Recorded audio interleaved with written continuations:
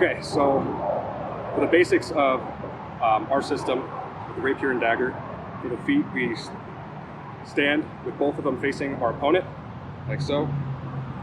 We have our knees slightly bent, as is comfortable, like getting as low as you can while being comfortable. We have our backs upright without leaning too far forward, too far back. And then it doesn't really matter whether your back heel is on the ground or if it's off the ground, really, as long as you can still move comfortably.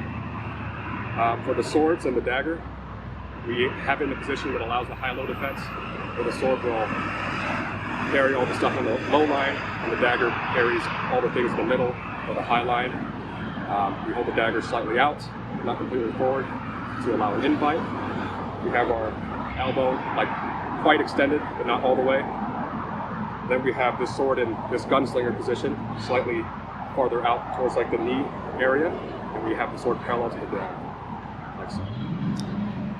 Turn to profile and start standing normally, and then get into this stance. Yep.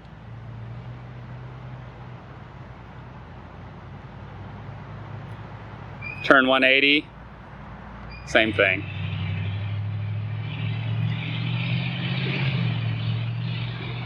All right, so now that we've covered how to stand, we'll talk about how we move from that stance. Remember, our feet are pointed at our opponent, and our weight is evenly distributed between the two front and the rear foot. So I'm going to do some comparisons talking about the more typical way of standing with the rear foot out at 90 degrees, just for comparison during this video. So one thing about this square stance is you can utilize certain more natural ways of moving. So for instance, if I want to move backwards, okay, it's pretty similar to with my foot out at 90 degrees when it comes to these simple advanced retreat and advanced steps. However, as soon as we get to crossover steps, so let's say my opponent is charging me and I have to cross over backwards, this squared up style of movement becomes much more natural than this 90-degree rear foot movement. I would basically have to transfer from the 90-degree foot to the straightforward foot as I retreated. Well, with the square stance and both feet pointed forward, I don't have to worry about that. Similarly, quickly moving forward, I'm more like somebody coming out of the blocks and able to lever and use my calf muscle and lever my foot to get a jump on my opponent as I charge them. So this forward foot movement is a little better for that. Again, the 90-degree foot just needs to transition to a forward-facing position. But again, that's one less thing I have to do, train, think about from this position. Now, another movement that is offensive is the lunge. So, with this feet pointed forward, okay, again, I'm able to use a different muscle group than I'm normally able to with my foot 90'd out, okay, which again is the calf. And so if I start with my heel on the ground or on the ball of my rear foot, I can power my lunge with my calf muscle, of course following my extension. Now, you can compare that to the power you get from the different muscle groups that are used when you 90 your foot out. It also has its certain power for bringing you, pushing you, propelling you forward and retracting you back. However, there's one other difference when my foot is squared up, my rear foot is squared up, that I think deserves some discussion, and that is reach. So if my foot is 90 and I go for the deepest lunge that I can, okay, that's about how far I can reach. Now, I'm going to keep my body in the same position. I'm just going to turn my rear foot. And when I power my lunge, you might say, okay, well, can't get quite as deep. Well, that's if I stay on the bottoms of my toes. Something you can do if your rear foot is squared up is you can roll the foot over onto the top of the toes to get a few more inches on your lunge, like so. and I can still recover pretty quickly, versus the 90 degree, if I were to do a flying lunge, I basically have to recover forwards. So now I'm going to square up and talk about another movement from this stance, which is defensive. So earlier we talked about the high-low defense. And that is the dagger covering the mid and high lines, and the sword covering the low lines. Now we don't remain static as we do this low line sword defense or this high line dagger defense. We actually take a small step, or at least a small step back. If our opponent is closing the measure rapidly, or if we've misjudged the measure, our opponent take a larger step back. But typically, a small flinch step backwards is appropriate to buy yourself another fraction of a second to a second to deal with the attack. Another thing to notice is that as I step back, my center of gravity drops. Why is this? It's because I'm prepping my lunge for my riposte. So do not simply defend, use the parrying turn that you take to do more, to buy yourself time and to load for your riposte. In profile, that flinch step looks like this.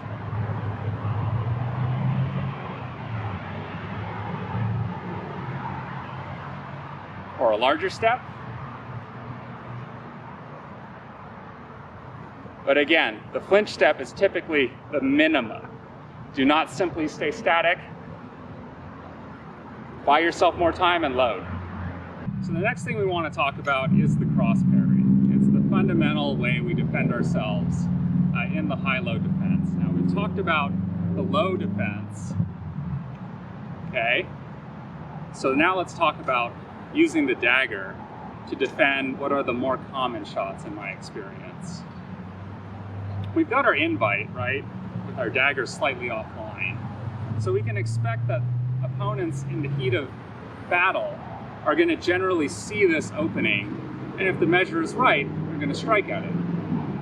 So what we do to close this trap is, even from this offline dagger alignment, we bring our dagger across while keeping the guard low until we've cleared over the top of our sword. Now notice my tip. I am not keeping my tip perfectly upright as I do this motion. I'm letting it fall over and go through an arc of, let's call it 90 degrees, from slightly off vertical to slightly off horizontal. Now it's very important that we allow the dagger to fall over and not keep it perfectly upright. So the other key to the cross parry is to keep the sword low. Now you're going to be feeling your opponent's sword, hopefully, somewhere around here as you cross your center line. Now that doesn't mean we stop the dagger, and it doesn't mean that we continue the dagger but raise the sword up. We keep the sword low until the dagger has cleared over the top of it. So again, with the flinch step, similar to the low parry, and that is our riposte after we have successfully cross-parried our opponent. So I do not raise my sword even as I riposte. I keep my sword low. In fact, as I take my flinch step back and drop my body, I allow my sword to drop as well. And we're going to make up any measure difference we need to with our lunge while keeping our sword low. In profile, the whole process looks like this.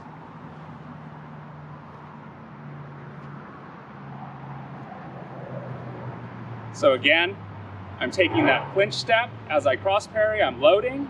As my cross parry crosses over the top of my sword, and I'm keeping my sword low and using my lunge to account for measure.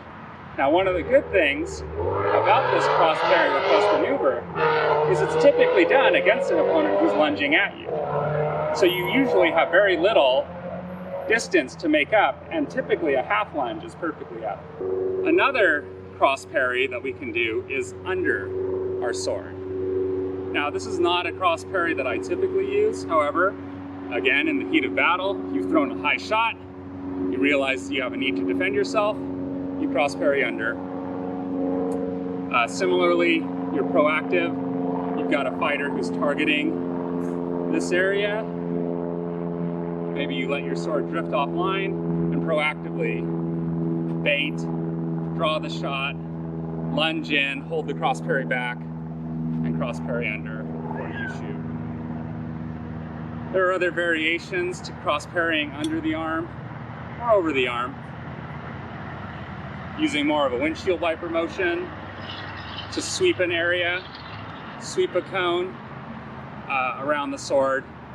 However, I've typically found that if I need to cross parry under, the more direct path seems to work just fine.